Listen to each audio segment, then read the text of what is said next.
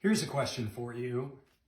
When you think about heaven, what heaven will be like, what comes to your mind? Is it a slightly souped up version of the best Sunday morning worship service you've ever been in, but it goes on for a really long time? Or is it maybe something a little more than that? All right, so let's move from that into planning a road trip.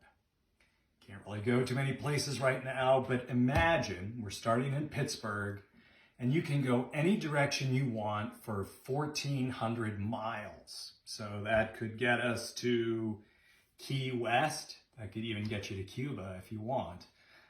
If you want to go pretty much anywhere on the East Coast, if you go west, that would take you out to Topeka or someplace in the Great Plains and pretty much anywhere up into the northern parts of Canada.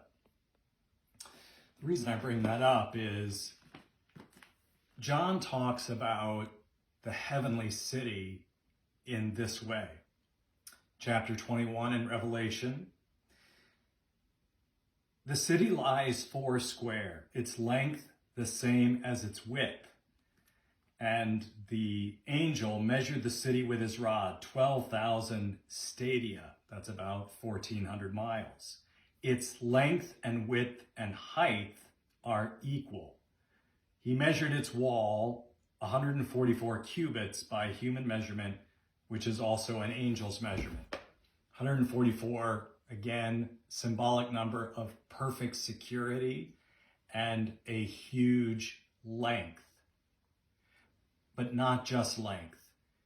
John goes out of his way to say this is a cube. And the reason that's important is the Holy of Holies in the temple was a cube. The Holy of Holies was where the Shekinah glory cloud of God dwelt.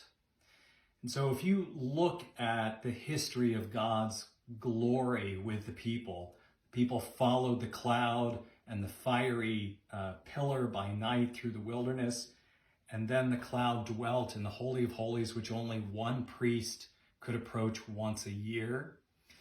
That glory leaves the temple. Eventually, when the Holy Spirit comes, we are promised that when we put our faith and trust in Jesus Christ, that holy glory cloud that was in the Holy of Holies comes to be in us.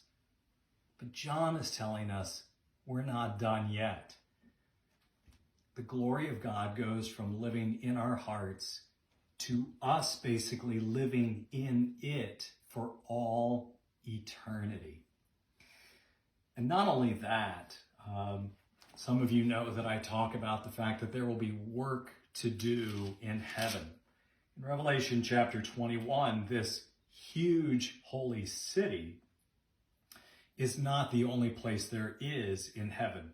We are told in verse 25, its gates will never be shut by day. There will be no night.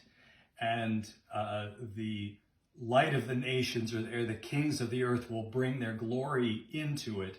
They will bring the glory and honor of the nations. Nothing unclean will ever enter. So there will be creativity and development and just an ongoing, amazing, eternal development of the glory of all that God has and does in heaven. When I was in college, the fraternity next to where I lived held an annual heaven and hell party.